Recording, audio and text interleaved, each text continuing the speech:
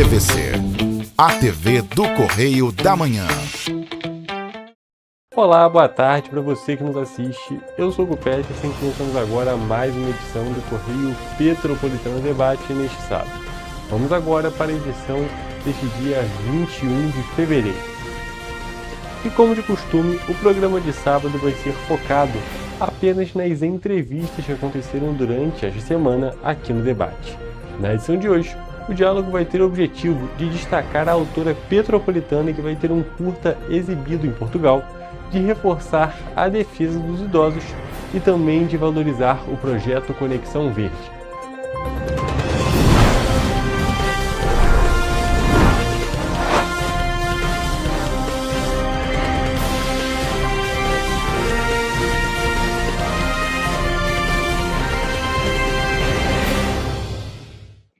Estamos de volta com o Correio Petropolitano Debate. Já estamos aqui com a Angélica Paz, que veio conversar com a gente sobre algumas obras, tanto livros quanto curtas, que ela está envolvida. É realmente um tópico bem interessante da gente destacar. Boa tarde, Angélica, tudo bem? Boa tarde, tudo bem? Muito obrigada pelo convite. Seja bem-vinda aqui ao nosso programa, um prazer te receber aqui. E antes da gente começar a falar sobre as obras especificamente, vou pedir para que você se apresente para o nosso público. Eu sou a Angélica Paz, Angélica Braga Peçanha Paz Faria, mais conhecida como Angélica Paz, não nome artístico, escritora, roteirista, agora formada em jornalista, vários cursos, né? Porque todo mundo pergunta assim, por que tanto curso? Mas como eu falei, sou uma pessoa, não tenho vergonha de falar que eu sou TDAH e dislexia, mas isso me ajuda a me conhecer, a mostrar às pessoas que nada disso impede de eu fazer essas coisas. Então, eu faço muita coisa, penso várias coisas, né? E ali eu tento colocar em cada uma prática, onde também minha mãe me ajudava muito, né? Sempre me ajudou com esse problema. Então, a Angélica Paz, ela é uma escritora roteirista, ela gosta da arte, da cultura, entendeu? E ela gosta de levar a cultura para todo mundo. Todo mundo tem direito à cultura, todo mundo tem direito à arte. Até o farmacêutico ele tem direito à cultura, o médico ele tem direito, qualquer um tem direito à cultura. Às vezes a pessoa pensa assim, a cultura é só escrever. Não, a cultura ela é uma terapia, ela liberta, ela ajuda. A gente até pode destacar, né, mesmo, Angélica, que todas essas partes envolvem a comunicação, envolvem a cultura. Isso. E é tudo interligado. Toda essa parte, a parte de comunicação, a parte do jornalismo que você disse, Isso. é tudo envolvido com a cultura, só que de diferentes maneiras e é tudo essencial para que justamente mais pessoas consigam acessá-la, mais pessoas consigam alcançá-la, o que é tão importante para a nossa sociedade. Como você mesmo disse, todos têm direito à cultura e é o nosso papel tentar levar isso para o maior número de pessoas e, querendo ou não, nesse nosso bate-papo aqui, nessa nossa entrevista, a gente está levando mais desse conhecimento cultural para as pessoas, especificamente quem está nos assistindo. Mas antes da gente falar um pouco sobre esses livros, falar sobre o curta, que a gente já vai chegar nessa parte, queria que você contasse um pouco da sua história, de como que você entrou nesse mundo cultural e de como é que você foi se desenvolvendo nessa parte. Então, como eu entrei nessa parte cultural? Eu já escrevia desde a infância, né? Eu sempre escrevia, eu tenho meus versos, tanto que o meu primeiro livro foi versos que eu fiz quando era criança. E eu sempre gostava, e minha mãe via que eu gostava de escrever, tudo eu escrevia, só que eu escrevia de uma maneira diferente, de trás para frente. Eu não conseguia escrever normal. E ali eu sempre era chamada de retardada, de burra, e só que a minha mãe sempre falava, não, minha filha é uma excelente. E ali eu via que eu falava, você é uma grande escritora. Quando, em sala de aula, uma professora falou, você não vai ser nada. Você é retardada, você é burra, você é neguinha. Aí ele botou tudo isso. Só que eu virei e falei, eu vou ser o que eu quiser. E dali eu fui escrevendo tudo. Eu falei, eu vou conseguir lançar meu livro. E vou mostrar para todo mundo. Nunca desisti dos seus sonhos. E ali eu escrevia do jeito errado que eles falavam, mas conseguia. Depois eu fui com a fono, com os tratamentos, foi melhorando. E ali eu comecei a escrever, normal, e ali eu fui falando, não, eu vou conseguir, eu sei, porque eu quero ser. E ali eu já conseguia, sabe o que eu fazia também? Eu botava os bonecos e falava que os bonecos eram os atores, entendeu? Você vai filmar assim, você vai fazer isso, entendeu? E eu fazendo o roteiro de tudo aquilo, das novelinhas, de tudo, entendeu? Então, aí hoje eu sou roteirista, escritora, então fazia tudo isso, até professora também. A gente pode destacar então que todos esses estigmas sociais que tentavam colocar como impedimentos para você, Isso, na verdade, serviram como combustível, serviram sim, como serviu. uma motivação para você se empenhar cada vez mais, se acreditar mais ainda no seu sonho, para realmente mostrar que você era completamente capaz. E está mais do que provado, né? Está na sua mão, as Isso provas mesmo. estão aqui e é um ponto importantíssimo. Isso não deixou eu cair, eu peguei aquilo ali como um ensinamento. Eu falei, não, eu não posso, eu não vou deixar. Eu consigo, eu nunca vou desistir dos meus sonhos. E eu falei, a minha mente não é vazia. Eu não vou ser oficina de negligência. Eu vou conseguir. E eu quero também arrastar outras pessoas. Não é só eu, não posso fazer só para mim. Eu preciso fazer para os outros também. E agora até já falando sobre essas obras que foram realizadas por meio de todo esse combustível, todo esse caminho que você teve lá atrás, ainda na sua infância, você está com alguns desses Sim. livros. Queria que você falasse sobre eles. Agora são 12 livros, né? Mas aqui hoje eu só tenho 4, que é Enfim Chegou o Dia Eu Me Achei, que fala sobre obediência, que fala das escrituras de João 14, e fala sobre obediência, né, para adolescente. Um livro que fala sobre abuso. Então, assim, é um livro muito bom, tá? Para adolescente mesmo. E esse livro é um curta-metragem, tá? Todos os meus livros é roteiro. Tem esse daqui também, que é um livro que vai para Colômbia, né? Que é Encantos de Petrópolis em forma de poesia. Aqui, só que é poesias faladas. O que é poesia falada? Você vai conversando, é poesia conversada, com rimas. Então, aqui você fala de todos os pontos turísticos de Petrópolis em forma de poesia também. A gente fala de sustentabilidade, né, de preservando o meio ambiente, um livro infantil, tá? Nós temos também Meninas Solitárias, Escuridão no Interior, que não está aqui. Temos O Sonho de uma Dançarina da Periferia, A Menina que Não Podia Ser Escritora por Ser Negra. É tanto livro, gente. Realmente são diversas O Dia a obras. Dia em forma de poesia, Periféricas 1 e 2. Gente, tem mais livro por aí, tá? E Periféricas é um livro que tá na... É um livro que ele é uma série. Uma série, gente, lindo, tá? A gente tem um piloto, né? O Silas até que filmou esse piloto. Ele foi lançado, né? A Patrícia nos ajudou, da Justiça Federal. Foi lá do prédio da Justiça, a gente fez o lançamento. E a gente fez o lançamento do curta, né? Que é tipo um piloto para poder entregar. E foi difícil. Não falo que foi fácil, não. A gente tomou um golpe, tá? Caramba. Sim, a gente tomou um golpe para fazer isso, que falaram que ia pagar a gente, que ia fazer um montão de coisa.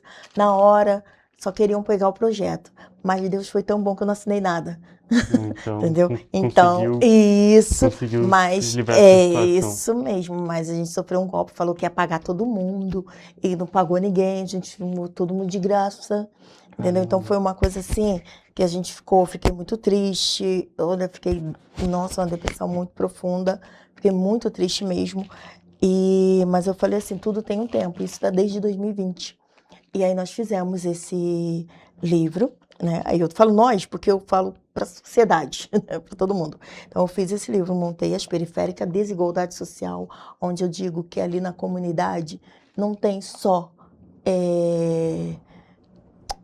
pessoas violentas, mas tem um médico, dali sai um médico, um professor, entendeu? E a gente fala da desigualdade social, racial também, onde o branco e o negro ele pode estar junto. entendeu? Então conta a história de 3 meninas que mesmo com opinião distinta e com estilo único, elas vivem em união. Embora completamente diferente uma das outras, o amor fala mais alto. Os segredos em família não as separam e as tornam amigas para sempre. Em um mundo cheio de preconceito, as periféricas chegam para quebrar paradigmas. A gente até pode destacar que todas essas obras, todos esses livros têm um significado, têm uma razão muito importante, uma mensagem muito importante passada, não é mesmo, Angélica? Isso, todos eles têm uma mensagem. Então, assim, vale a pena adquirir, vale a pena ler. Que todos eles, todos os livros, têm uma mensagem. Não é aquele livro que você só lê e pronto, não. Mas ali vai te dar um prazer, vai te ajudar. Todos eles têm uma mensagem. E o Periférica foi premiado nos Estados Unidos, tá? Fui representando Petrópolis, e agora vai ser premiado na Angola, que é o Periférica 1 e o 2, já tá vindo, que é uma série.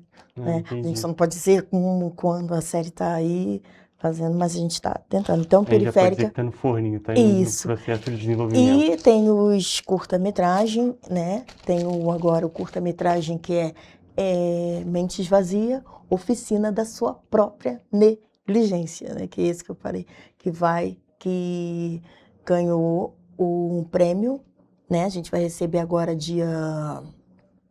em dezembro de 2026, que é o prêmio Perpétuum da Academia de Letras de Garanhuns, de Pernambuco, presidente Enoque. Aí eu indiquei a Aline também, indiquei a Sandra, indiquei a Kellen também. Então, assim, ele vai estar recebendo. E dali veio um curta, como ele falou assim, Angélica, é muito lindo, é um aprendizado. Eu até queria que você falasse um pouco, Angélica, sobre essa questão dos curtas, que você falou que todos os seus contos, todos os seus livros são curtas. Como é que funciona essa transição, né? Que a gente pode dizer que sai do papel, vai para as telas, como é que isso funciona? Isso. Então, eu já faço ele de um modo, o meu livro já faço de um modo que ele já é um roteiro. Sim. Ele já tem um modo de... Parece que é um roteiro. Ó, então, nome do personagem. Então, ele já tem essa forma. E ali eu já gosto dele para ir para as telas. Fazer um... Porque, assim, além da leitura, poxa, tem pessoas que também gostam de ver na televisão, ver na tela. Até mesmo para uma pessoa que não tem como ler. Entendeu? Então, mas ela tem como ouvir. Então, ali na tela vai ver esse personagem, poxa, como é que é o personagem? Como é que é a Lisa? Como é que é o Marcos? Como é que é o Rafael? Como é que é a Bia? Entendeu? Então, ali a gente vai mostrar, né? Então, tudo eu já monto para roteiro. E esse aqui também é um desenho animado. Todos eles, entendeu? E agora o Mentes Vazia, é tanto livro que eu fico... Mentes Vazia, Oficina da Sua Própria Negligência. Foi uma vivência que aconteceu comigo. Muitas coisas que aconteceram e eu vou jogando na escrita, no papel, no arte. E ali serviu para uma terapia. Eu falo que isso aqui é uma terapia para mim. É uma ajuda e tanto. E ali... A Mente Vazia é um roteiro, que também é um curta, é mini curta, tá? Que é de 1 minuto e meio, tá? Que vai para o Festival de Curtas em Portugal, tá? Que é ele ali conta a história de pessoas que fazem maldades por não ter nada na mente, só pensar em coisas ruins, crescer através da comunidade, crescer através puxando o tapete dos outros, entendeu? Então a gente fala disso, né? Que a mente vazia é uma negligência. A gente estava até conversando aqui antes de começar a entrevista, falando sobre o próprio título do curta, já leva a uma reflexão, já tem toda uma parte interpretativa ali, que realmente é um tópico bem interessante, um tópico verdadeiro, é realmente uma realidade, é uma situação que acontece. Então, somente o título já te faz pensar. Vendo o curta, é claro, aprofunda muito esse pensamento, mesmo sendo realmente um curtinho, 1 minuto e meio, mas isso também facilita com que mais pessoas tenham acesso, não é mesmo? Uma sociedade que é cada vez mais rápida, cada vez mais pessoas são mais hiperestimuladas, então um curtinho desse, com muito conteúdo, a gente pode dizer que, apesar de curto, tem muito conteúdo, leva um pensamento realmente importante para essas pessoas. Como você falou, um curta é pequeno, mas ele bem com bastante conteúdo. Ali ele ensina, entendeu? Então, assim, eu pretendo trazer aqui também para vocês, passar para vocês colocarem aí um momento de intervalo de alguma coisa, 1 minuto e meio, e a pessoa vai ver, entendeu? E ali vai ver, poxa, não preciso ter essa mente vazia. Isso não é comigo. Porque, assim, às vezes eu falo assim, a pessoa é assim. Não, a pessoa escolhe ser assim. Escolhe ser desse jeito, entendeu? Então, eu fiz esse curta, mas eu não esperava ele ser premiado. Não esperava o texto. Eu falei, fiz por fazer. E quando ele pediu, né, eu joguei lá na internet, e ele falou assim, Angélica, manda esse texto. Aí eu falei, que esse texto, a comissão julgadora vai avaliar. E avaliou. Eu falei, caramba, eu fiquei assim. Porque vários textos entrou, tal, mas ele falou assim, o seu texto entrou porque ele é um aprendizado, é um ensinamento.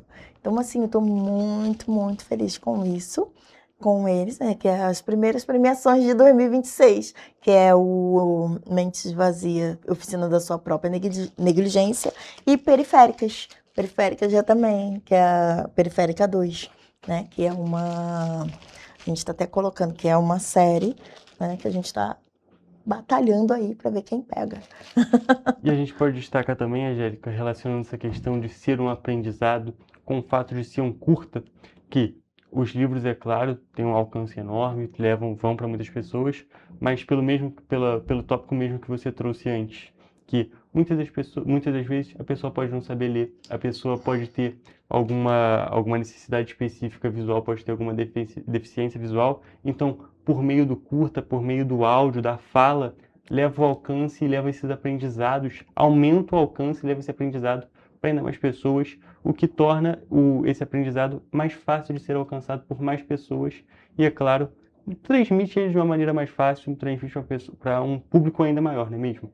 Isso mesmo, isso ajuda muito, que não é só pouquinhas pessoas que vão ser alcançadas, todas as pessoas vão ser alcançadas, então todos eles têm, por isso que eu falo, todo meu livro tem um aprendizado, todos eles têm ter um aprendizado, eu gosto de ter sempre uma mensagem no final, porque, como eu falei, o que eu vivi, o que eu sempre passei, então eu falo para as pessoas, não se vitimizam, você vai, você pode, entendeu? Então, assim, eu passo sempre para as pessoas, não desista não, tenta. Então aí, como eu falei, o curta já ajuda isso, já todas as pessoas são alcançadas, entendeu? E, Angélica, para a gente poder ir finalizando, queria voltar nesse tópico que você trouxe, de todas as situações que você passou. Você falou lá no iniciozinho sobre o apoio da sua mãe. Queria maravilhosa. Que você falasse sobre a importância desse suporte, desse apoio que ela te Ela deu. não está mais aqui, né? É assim, para mim como se fosse ontem que ela se foi. Fez 5 anos, faz 6 anos esse ano, em abril. Mas ela me ajudava em tudo. Todo mundo conhece a Angélica por ela. E ela falava, minha filha é uma grande escritora. E ela sabia que eu tinha esses problemas. Né? Naquela época ninguém sabia o que era TDAH e tal. Tanta gente que até teve fazia reunião, a Angélica joga tudo por causa do TDAH, desculpa. Não, eu mostro mesmo que eu tenho. Por quê? Para mostrar para as pessoas que isso não me impede, entendeu? Justifica na depressão, porque muita gente... como é que se fala? Criticam, falam, isso não é nada, tal. E teve gente até que falou assim, mas a burrinha faz muita coisa, entendeu? Então, e minha mãe sempre me ajudava nisso. Então ela não deixava eu cair, porque ela falava, não, minha filha pode, minha filha consegue. E ali a minha mãe foi, o pessoal fala assim, por que ela consegue terminar os cursos? Porque eu fiz curso de enfermagem, curso de arte, né? Curso de tecnologia, vários cursos. Até mobilização ortopédica, fazia estágio, engessava as pessoas, né? E ali, por quê? Nos primeiros cursos, ela via que eu não conseguia terminar. Ela falava, alguma coisa tem. Como é que ela faz? Pensa tanta coisa, ela faz isso, faz bordado, entra, começa, borda, faz alguma coisa, faz isso. e não consegue terminar. Peraí, só que eu amo festa, eu sou apaixonada por festa, tá? Me convida no que eu vou em festa, bolo é comigo, eu adoro uma festa. E ali ela via que eu gostava de festa. Então, se vai terminar o curso, vai ter festa. Então, todos os finais de curso eu tinha uma festa. Então, o que que acontece? Eu terminava tudo para poder ter a festa no final. Então, o pessoal até perguntava, gente, a Angélica está se formando em que agora? Minha mãe, alguma coisa. É bordado, é TI, é alguma coisa, é enfermagem. Tudo ela fazia festa. Ela encontrou a maneira de te estimular e te manter nesses E é o que eu cursos. falo para as mães nas escolas, os filhos que vê, seu filho não é burro, até mesmo um adolescente, uma pessoa numa empresa, não é burro, porque isso frustra. Isso frustra muito quando chega alguém burro, você é isso, você é aquilo, entendeu? E a gente fica frustrado. Eu não vou dizer que eu não fico, sou humana, né? A gente fica triste com as coisas que acontecem, mas não deixa levar não, entendeu? Tente e nunca desista. Perfeito, Angélica. Tem mais algum ponto que você queira destacar? Tem a novela Vertical, né? Todo mundo sabe que eu sou embaixadora da Unifecaf, né? Graças a Deus, embaixadora assim que estuda na Unifecaf, é totalmente online, não vou, estudo de casa, no momento agora tudo é feito de casa, agora né, no momento. E aí a gente montou um roteiro também, eu sou roteirista da novela Vertical, que agora tudo é novela vertical, né? Que você passa por celular, vai vendo esses vídeos verticais, pequenos vídeos de pequenos capítulos. E ali ele falou, monta uma novela vertical para o nosso canal. Eu falei, beleza. Aí montei, que é a Piscina da Sorte, onde a gente fala, é uma comédia, tá? É uma comédia que tudo que você pede cai ali naquela piscina. Só que tem pessoas que não conseguem. Aí chega lá, eu não vou acreditar nisso, e tenta querer tudo. Mas calma, tudo tem um tempo. Isso não vai dar certo. Então, tudo tem um tempo. A gente mostra sobre a fé. Tudo tem um tempo. Então, lá no final dessa novelinha vertical, vocês vão ter um aprendizado. Então, tudo tem um aprendizado. Então, fala, Piscina da Sorte. Mas não tem nada a ver com a piscina. Tem um aprendizado que fala, eu não posso falar tudo, porque agora vai vir um segundo, entendeu? E o mais engraçado é que tudo gravado de casa, tá? Ninguém saiu do local, todo mundo. E hoje em dia a gente faz muita coisa em inteligência artificial, né? Então, estou estudando isso. E ali a gente montou todo mundo ali dentro da casa mesmo, tem a piscina, e fizemos aquela montagem com a Kelly, o ator Thiago Viana e a Kelly Olive. E estamos fazendo, né, a piscina que está dando um sucesso, a gente não sabia que ia dar um sucesso. E em breve a gente vai trazer aqui para vocês podem pegar, passar aí, né, que também é 4 minutos, tá? O capítulo 1 é 4 minutos, os capítulos são todos pequenos, entendeu? Que é novelas verticais. É muito legal, gente, vocês assistam, que está lá no Papo de Artista, e em breve vai estar aqui também na TVC. Perfeito, Angélica. Então já aqui fica o convite para as pessoas conhecerem as obras de Angélica Paz, os curtas, os livros e também A Piscina da Sorte, essa novela vertical, como você mesmo disse. Isso, entre no Instagram. Exatamente. Pode fazer lá para a gente. Tem, Angélica Paz Oficial. Perfeito. Então já fica o convite também para conhecer as redes sociais da Angélica e meu agradecimento aqui por você ter comparecido no nosso programa hoje. Eu que agradeço. Muito obrigada.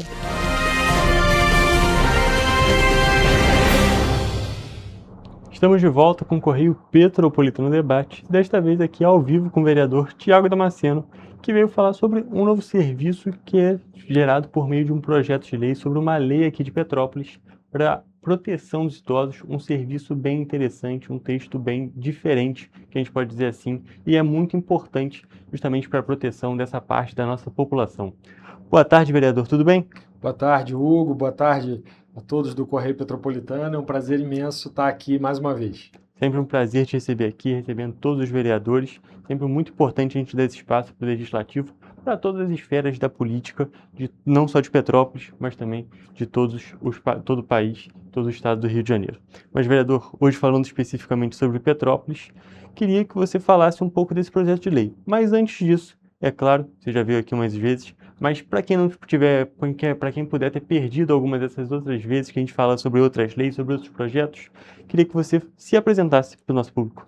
Obrigado. Meu nome é Thiago Damasceno, tenho 41 anos de idade, sou economista de formação, estou no meu 3º mandato como vereador.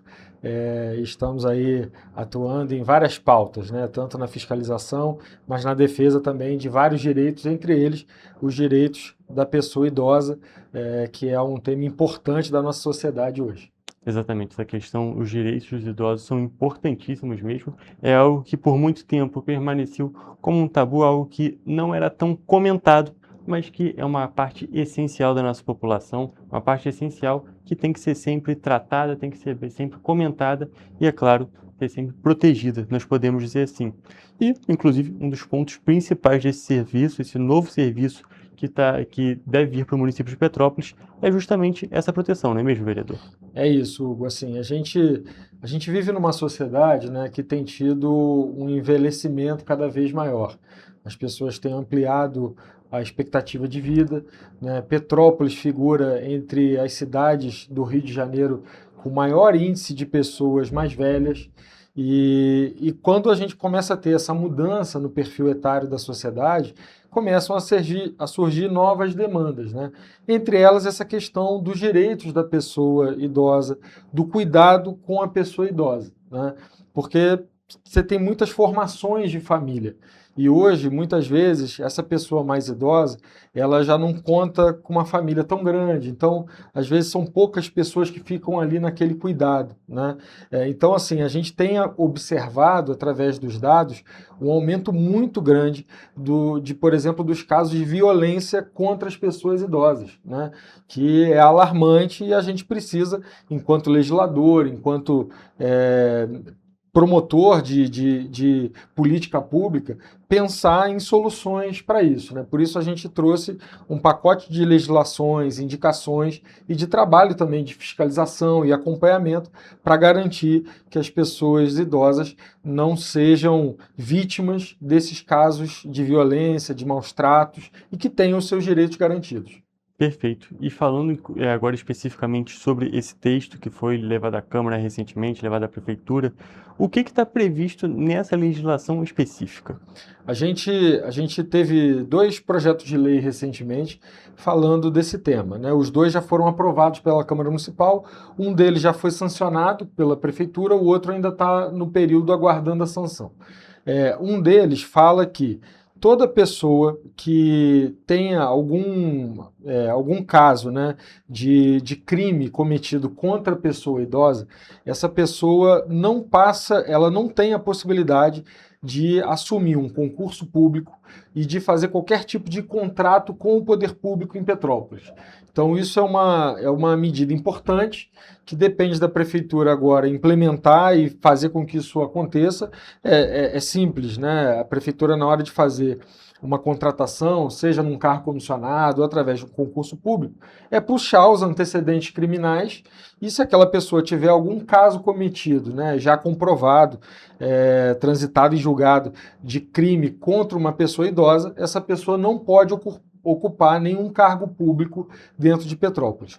O outro projeto de lei foi para a criação de um serviço de denúncia de maus tratos e violência contra os idosos, né? Então, exatamente porque hoje a gente percebe que isso tem acontecido muito na nossa sociedade, mas você não tem um canal específico para isso, para que as pessoas idosas ou para quem quer fazer uma denúncia que ficou sabendo, por exemplo, de um vizinho ou de uma pessoa na família que sofreu esse tipo de denúncia, de violência, para essa pessoa poder fazer essa denúncia. Então a gente está propondo que a prefeitura crie um programa e que crie um canal para recebimento específico dessa denúncia, através de telefone, através de um local físico, encaminhando para o conselho dos direitos da pessoa idosa, que é um conselho municipal atuante que existe aqui na nossa cidade, né? Enfim, para que a gente possa diminuir, mitigar esse caso da violência e dos maus tratos contra a pessoa idosa.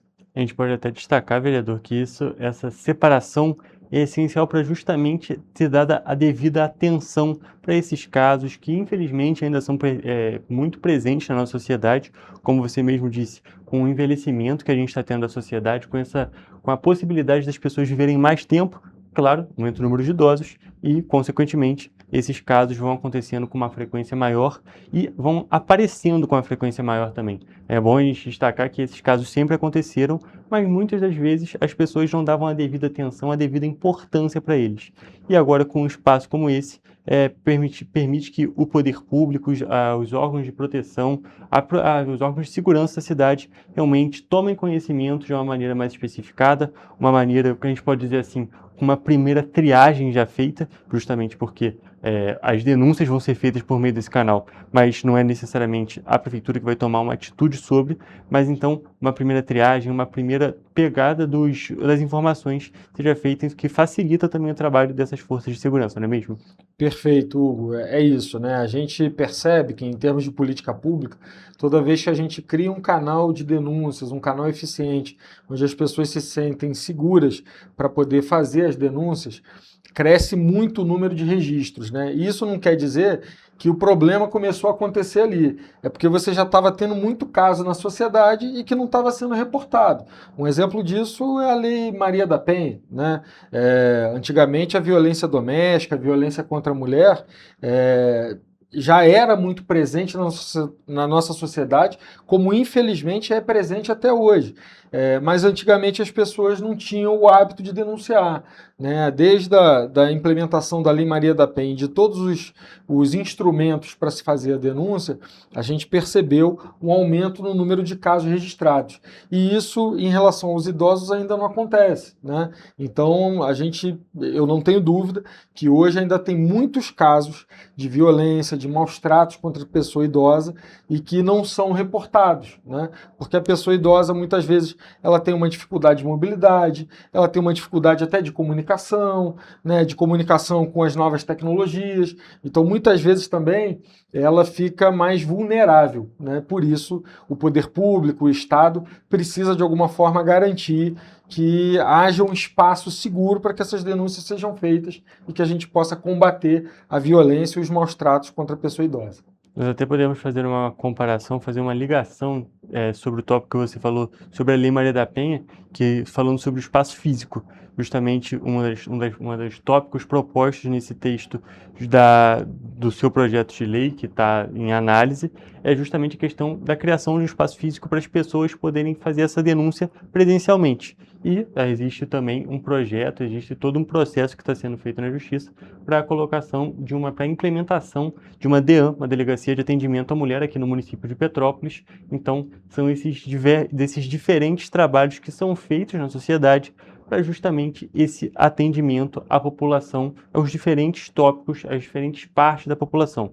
É claro, essa questão da DEAN já é algo que já é existente de diferentes formas. A gente tem, por exemplo, as salas lilás, inclusive a gente já tem sala lilás aqui nas delegacias de Petrópolis, mas essa questão dos idosos ainda é algo que está começando a caminhar, a gente pode dizer assim, não é mesmo? Com certeza, é isso, né? A gente percebe que a gente tem que avançar muito ainda em termos de política pública, porque como a gente falou no início, né? A sociedade, o perfil etário da sociedade, isso é tudo muito dinâmico, né? E conforme vai esse aumento, por exemplo, de expectativa de vida, né? Das pessoas, antigamente, você vai olhar às vezes 30, 40 anos atrás, uma pessoa quando chegava ali 60, 65, 70 anos às vezes, já estava sendo considerada uma pessoa muito velha dentro da sociedade.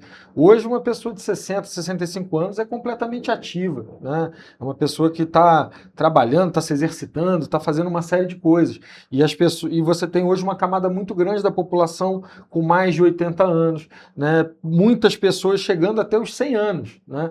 Então, enquanto política pública, a gente precisa modernizar os instrumentos para garantir que toda a nossa sociedade tenha os seus direitos garantidos e que a gente combata a violência e os maus tratos contra a pessoa idosa. E também um outro ponto importante da gente destacar, vereador, é que a violência não é necessariamente uma violência física, não é mesmo? Existe violência financeira, violência psicológica, e são todos esses pontos que precisam ser denunciados, e é muito importante também que as pessoas sejam conscientizadas, porque muitas das vezes a pessoa está sofrendo um tipo de violência, aí não falando apenas dos idosos, mas a pessoa pode estar sofrendo algum tipo de violência e ela nem mesmo sabe, não é mesmo? Perfeito, Hugo, é isso aí. A violência ela pode se manifestar de várias formas, né? Então a gente tem muitos casos aí, por exemplo, recentemente, esse escândalo absurdo do INSS, que acabou lesando uma quantidade, né, de pessoas mais velhas muito grande dentro do nosso país. Antigamente você tinha mais, hoje tem menos, mas ainda tem muitos casos daquelas famosas financeiras que acabam colocando umas situações ali contra uma pessoa idosa que às vezes está desamparada e acaba caindo em alguns golpes, né? Sem contar a violência psicológica, né? Enfim, o abandono, né? Quantas pessoas hoje idosas que às vezes a família muitas vezes não tem condição, mas ao mesmo tempo, junto com essa condição, não tem a responsabilidade e o cuidado de cuidar daquela pessoa mais idosa e acabam abandonando aquela pessoa idosa. É um crime, né? Então, isso tudo a gente vê que acontece nessa nossa sociedade hoje e cabe a nós, enquanto legisladores, tentar propor políticas públicas para coibir esse tipo de ação. É verdade, vereador. E agora, para a gente já poder ir finalizando, é um tópico que nós acabamos comentando durante toda a entrevista, mas é importante a gente destacar nessa finalização. Como você enxerga a importância desses projetos de lei, de todos esses avanços que vocês estão tentando, o Legislativo Petropolitano está tentando, para essa proteção dos idosos? Eu acho que isso é importante porque já de cara gera o debate, né? Então, isso aqui que a gente está fazendo tem já uma utilidade, né? Porque vai chegar em várias casas, em várias residências, e as pessoas vão começar a levar esse debate para dentro das suas famílias. Mas mais do que isso, né, quando a Câmara consegue aprovar um projeto de lei, é importante que isso seja implementado. E aí a gente depende da Prefeitura, né, para que de fato implemente essas ações, né? Então, mas a gente vai estar cobrando, né? A lei já foi aprovada, vamos aguardar e solicitar que ela seja sancionada, né? E vamos cobrar para que ela seja efetivamente implementada, porque é isso que o cidadão na ponta precisa, que tenha lá um espaço ou um canal de denúncia para que ele possa fazer a sua denúncia quando ele souber de algum maus tratos ou de violência contra a pessoa idosa. Perfeito, vereador. Muito obrigado por ter comparecido aqui no programa. É sempre um prazer te receber e também, é claro, portas abertas para todos os vereadores de Petrópolis. Eu que te agradeço a toda a equipe do Correio Petropolitano, né, que prestam sempre um serviço de informação importante para a nossa cidade.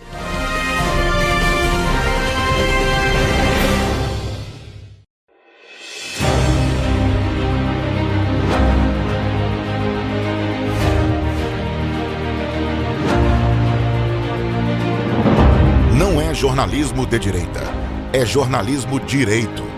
Correio Petropolitano. Tudo que seu jornal não deveria ter deixado de ser.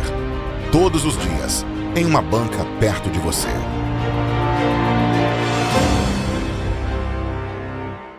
Esse aí sou eu, há 18 meses estudando inglês. Cada passo no aprendizado foi uma porta que se abriu para o meu futuro. Sabe o conhecimento que você desenvolve hoje? Ele é a chave para novas oportunidades incríveis do amanhã. É o equilíbrio perfeito entre aprender e aproveitar cada momento dessa jornada empolgante. E agora, aqui estou eu, na minha tão sonhada vaga em uma multinacional. O inglês abre portas. Fale Minds. Para ter mais qualidade de vida, conte com a maior rede de academias de Petrópolis.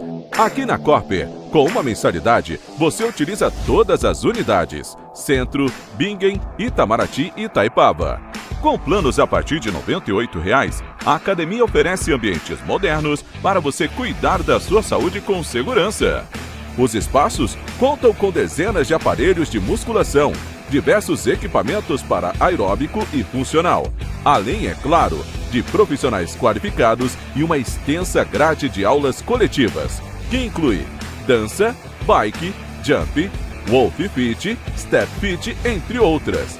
Nossas estruturas são equipadas com salas de musculação e aulas coletivas, salas de avaliação física e nutricional, vestiários e estacionamentos amplos. Venha nos fazer uma visita e surpreenda-se! Petrópolis, uma cidade histórica que agora tem um novo ponto de conexão. O Correio Petropolitano se renovou e leva o que de mais importante acontece na cidade, de maneira mais ágil e acessível. Acesse as notícias de Petrópolis de maneira rápida e prática, onde quer que você esteja. Fique por dentro dos acontecimentos da cidade, da política, da cultura e muito mais. Correio Petropolitano. A informação de qualidade a um clique de distância. Acesse www.correiopetropolitano.com.br.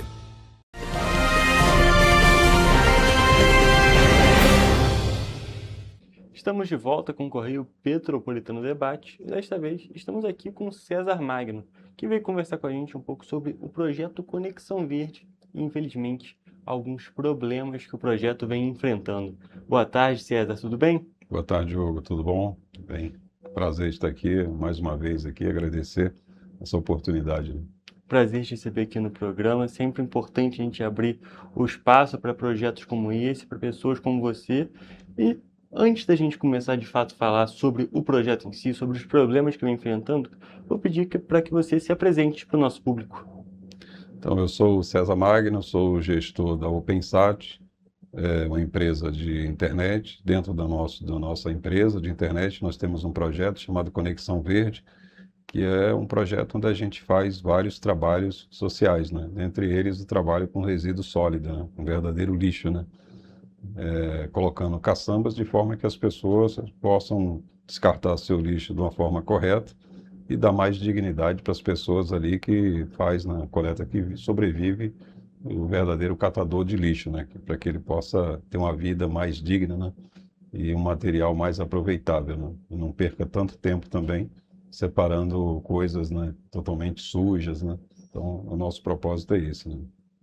E falando sobre o projeto, antes da gente chegar nessa parte, que acaba sendo um pouco mais complicada e mais recente, queria perguntar para você como que surgiu a ideia de entrar nesse meio dos resíduos sólidos, de fazer esse projeto que a gente veio comentar hoje.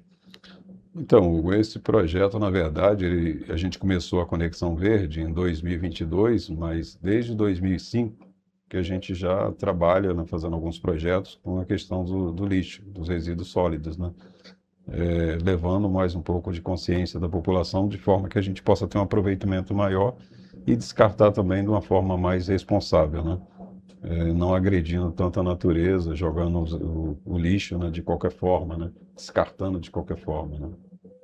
E sobre esse projeto, a gente está comentando sobre a questão, você disse, já começou lá em 2025, mesmo que de uma maneira um pouco diferente, aí foi avançando, 2022, e a gente tem que destacar que esse ano de 2025, apesar das questões que a gente já teve, a gente já trouxe, inclusive aqui na TV Correio da Manhã, diversas denúncias, diversos casos complicados envolvendo o projeto, a gente tem que destacar que foi um ano positivo para o projeto, não é mesmo? Com a abertura de diversos PEVs. Com certeza, esse ano nós fechamos, no dia 23 agora, o 10º PEV, né, em Araras, que foi um sucesso total. Era um local que estava totalmente degradado já há algumas décadas, né, não me recordo há quanto tempo aquele lixão existia, mas desde quando eu passo por Araras, eu acho que as pessoas que moram ali, convivendo com aquele lixo ali, que virou um verdadeiro lixão, né, com o lixo jogado de uma forma desordenada. E para a gente foi muito bom ter fechado o ano de 2025 com aquele projeto de Araras, que a gente gosta de pegar os piores lugares, né? Então isso faz muita diferença, né? A gente começar pelos piores, porque mostra para a população que tem resultado, que tem jeito, né? Não existe problemas que não tenha solução, né? Então a gente pegou os piores e transformou nos melhores, né? Então, e hoje a gente vê aí, estamos hoje no dia 29, né? A gente não teve nenhum incidente de descarte irregular. E era um local onde se tirava ali 3 carretas, né, por semana de entulho, né, descartado de uma forma irregular. E hoje a gente vê que o negócio está dando certo, está se mantendo muito limpo. Fizemos um jardim, tivemos apoio de várias pessoas da comunidade, do poder público, do vereador, dali da região, do Júnior. Então, assim, a gente teve um apoio geral ali de muita gente, principalmente a população que abraçou a causa e está levando os resíduos de uma forma bem organizada, né? É muito importante essa parte da população, é muito importante, é claro, todas as pessoas que participaram, todas as instituições que participam, possibilitando que o PEV seja colocado no local, seja instalado realmente, mas a população que no final das contas tem um papel mais importante, porque é ela que vai manter, vai ter a possibilidade vai ter o poder de fazer com que aquele PEV continue funcionando de maneira plena. Inclusive a gente está falando desse termo PEV, que quem assiste aqui a TV Corrida Amanhã há mais tempo, com certeza já conhece. Mas é importante destacar, para quem não conhece ainda, por acaso não acompanhou o programa que a gente falou, queria que você explicasse o que é o PEV. O PEV é um ponto de entrega voluntária. Então, a pessoa separa os seus resíduos em casa, deixa bem separado, de uma forma adequada, e leva e faz o descarte correto lá no PEV. Lá está escrito vidro, plástico, papel, todos de uma forma bem ordenada. Hoje nós ficamos na parte da manhã lá e tivemos algumas recusas. Algumas pessoas que não estão habituadas ainda, trazendo a coisa muito misturada, vidro.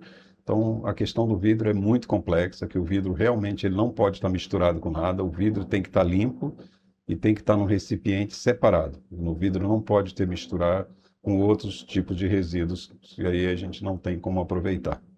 Inclusive, a gente tem algumas imagens mostrando um pouco dos PEVs, mostrando um pouco das caçambas do projeto Conexão Verde, que aí já estão aparecendo para vocês aí, mostrando como é que é o lugar. E tem toda uma estrutura em volta. Tem a questão da caçamba, que é específica para o vidro, tem a questão dos outros pontos, que são para os outros resíduos. E, inclusive, justamente por conta dessa preocupação com o descarte correto, tem até mesmo algumas câmeras com sensor de movimento para passar essa instrução para a população, não é mesmo? Exato. Então, quando a pessoa chega próximo da caçamba, aí a própria câmera sinaliza que ali somente vidro ou do outro lado somente material reciclado. E cada vez mais a gente está reforçando, colocando placas, né, de sinalização, informando para a população que aquele local ali é somente para lixo reciclado, somente para vidro. E aí, além das placas, começamos a colocar as câmeras com sinal sonoro também, marcando isso tudo. Mas, de vez em quando, a gente tem algumas surpresas também bem desagradáveis, né? E até falando sobre essas surpresas, que são a grande questão que eu comentei no início, que o projeto vem enfrentando, que são pessoas que descartam o lixo irregularmente ali, descartam um material que não poderia ser em determinado local e acaba atrapalhando absurdamente o projeto, não é mesmo, César?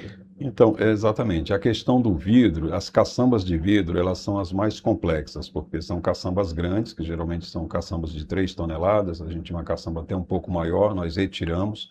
Nós tínhamos uma caçamba lá de 15 toneladas, infelizmente a gente teve que retirar, porque depois de 45 dias, quando nós recolhemos a caçamba, teve que jogar todo o material fora, que não deu para aproveitar pela quantidade de outros resíduos que estavam junto com o vidro. As caçambas de vidro, realmente, assim, a gente chama muita atenção da população, colocamos essa questão das câmeras, porque se você misturar o vidro com outros resíduos, ele não tem como aproveitar.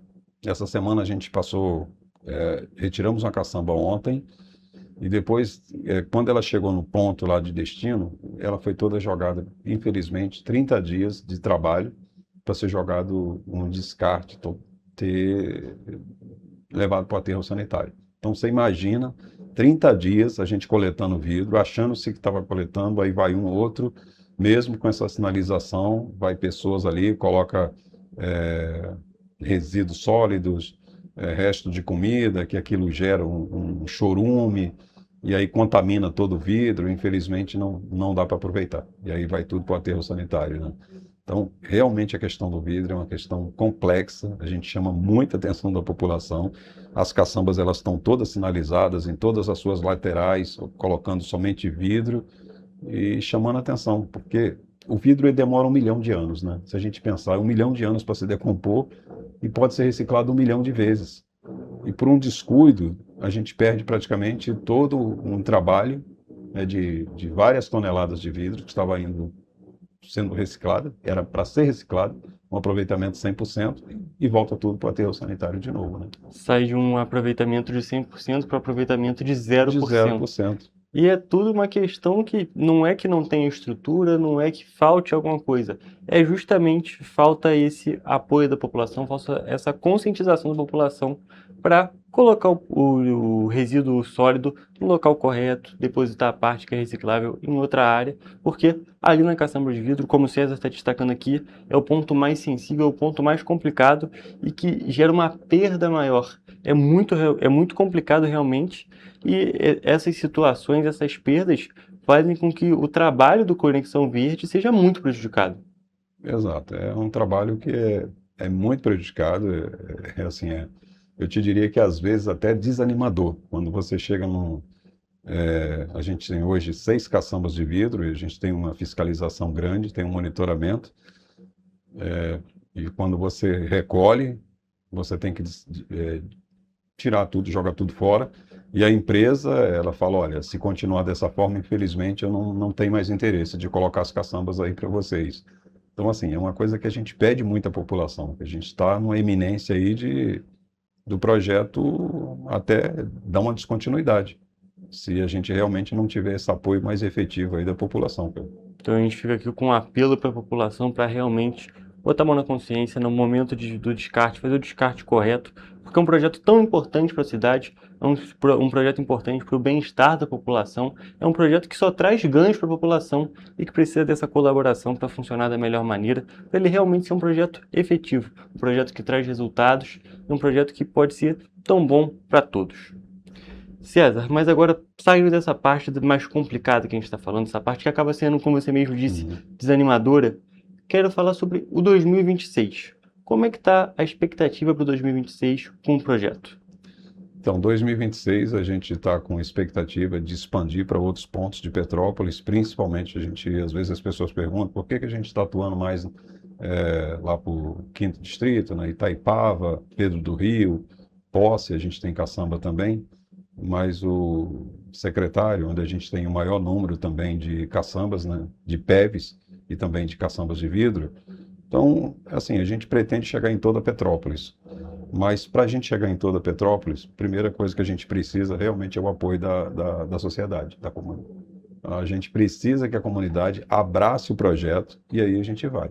Esses locais onde nós passamos, apesar de ter esses problemas pontuais, nós fazemos a identificação de quem geralmente colocou o vidro ou descartou de forma ali inadequada, e a maioria das vezes nós percebemos que não são pessoas que moram ali na região, são passantes, né, pessoas que estão ali passando, até de outro município, e se aproveita das caçambas para descartar material. Então, muitas vezes, já identificamos pessoas que teve que voltar de outro município para retirar, mas às vezes quando jogou uma quantidade tão grande de entulho, está tão misturado, que não consegue tirar tudo e é complicado, né, você recolher tudo.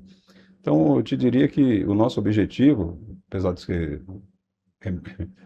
é complicado, mas nós queremos chegar em toda Petrópolis. Esse é o nosso objetivo. Em 2026, nós queremos expandir o projeto, queremos trazer aqui para o centro da cidade, atingir as áreas mais sensíveis do Bing, Alto da Serra, que a gente vê também que tem problemas. Assim. O problema do lixo é geral, né? Em todo lugar a gente tem problema, né? Lugar que tem população gera lixo, né?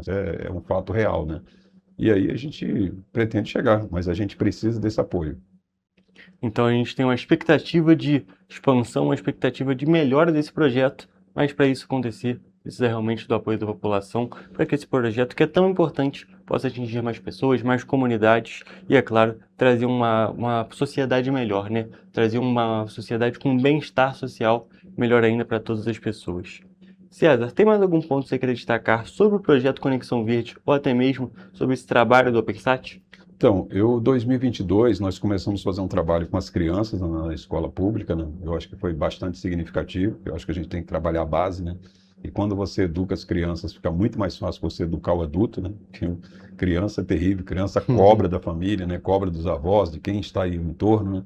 Então, esse ano a gente fez uma movimentação bem grande com as escolas, mais as escolas de Itaipava, foi algumas escolas aqui de Correias também participaram, mas o nosso objetivo esse ano é levar esse projeto para dentro das escolas, para que as crianças tomem consciência, né, da importância de fazer a separação dos resíduos e possa fazer isso uma prática dentro das suas próprias casas, né?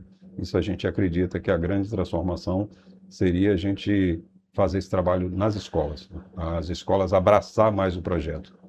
A gente tem procurado a Secretaria de Educação, tem nos recebido assim, de braços abertos com esse projeto, tem dado todo o apoio que a gente precisa, levado as crianças nos eventos, então isso a gente vê que está fluindo bem. Está fluindo bem, eu acho que a secretária está disposta aí a gente expandir esse projeto. Perfeito. Então, a gente vê que é um trabalho que é feito tanto da maneira prática, com as caçambas, com as PEVs, e também esse trabalho de conscientização que é tão importante. A gente tanto falou sobre conscientização e, como você mesmo disse, a criança é fogo, no final das contas, é realmente que faz essa cobrança, que aí muitas das vezes faz com que o pai, faz com que o responsável consiga e atue de maneira mais efetiva nesse sentido. E também, além dessa parte de cobrar os pais, também tem outra questão de a criança que está aprendendo hoje vai crescer já com essa atitude, já vai crescer com essa separação dos resíduos, vai crescer com essa conscientização, vai crescer consciente. Então, o trabalho não vai ter que reeducar a pessoa, porque ela já vai estar educada desde cedo. Exatamente. Eu acho que a gente também teve apoio e começamos também a fazer no último mês agora, um trabalho com o ICMBio, que é visitar as instituições comerciais de Itaipava, os condomínios, os grandes geradores de resíduos. Começamos a fazer essa visita prática, né, para entender como é que eles estão fazendo a separação. Começamos a fazer um cadastro também dos catadores, aí envolveu o INEA, ICMBio, Secretaria de Meio Ambiente, todas as pessoas que estão envolvidas com a questão do meio ambiente, também abraçaram a causa, e a gente está fazendo também a identificação de todos os catadores que existem dentro de Petrópolis. Com isso, o que a gente faz? A gente está pegando esses dados, está concentrando no banco de dados para a gente entender como é que eles fazem, o que eles estão fazendo, se eles têm local para armazenar, quantas pessoas têm na família, se eles estão sustentando com resíduos sólidos, tem outra forma de ganho também, ou só é questão do lixo, né? Então, eu acho que para 2026 a gente tem muita coisa para fazer, nem só a questão das caçambas, mas a questão também da organização e a identificação das pessoas que estão fazendo isso, para a gente levar um pouco mais de dignidade, até entender qual a problemática, né? Qual o maior problema? Porque uma coisa você separa ali e você fica na expectativa. Os PEVs, como é um ponto de entrega voluntária, é um ponto de entrega voluntária ao contrário também. Quer dizer, a gente faz a separação, a pessoa leva, e os catadores, voluntariamente também, eles vão lá e pegam. Então, a gente não tem restrição, A, B, pega aquela pessoa que trabalha com resíduo sólido, que vai lá e pega. Mas a gente quer conhecer essa pessoa também, quer conhecer essas pessoas que estão pegando também esse resíduo e qual o meio, o destino também que eles estão fazendo, tá? Para a gente até orientar também, para que ele possa ter um ganho maior com isso, né? Perfeito. Então, a gente vai continuar acompanhando aqui na TV Correio da Manhã os próximos passos aqui do Projeto Conexão Verde, os próximos passos da OpenSat também, e vai trazer, é claro, para o nosso público passos desse projeto tão importante e que tomara que tenha melhores resultados com essa questão, vão ter menos ocorrências envolvendo, para que o projeto consiga fluir da melhor maneira e também consiga essa expansão que você mesmo comentou. Com certeza. César, muito obrigado por ter vindo aqui no programa, foi um prazer te receber. Tá ótimo, muito obrigado. Agradeço aí a vocês e gostaria de deixar um apelo, né, para a população, né? Que a gente vê que Petrópolis hoje tem muito lixo, mas a gente pode reverter isso. Não dá para a gente contar só com o poder público. Eu acho que cada um de nós, se a gente fizer um pouquinho, com certeza a gente vai ter uma Petrópolis melhor. Perfeito, César. Essa é a mensagem, então, da nossa entrevista de hoje. Gente, inclusive, vou encerrar a nossa entrevista de hoje e também a edição do Correio Petropolitano Debate. Até a próxima.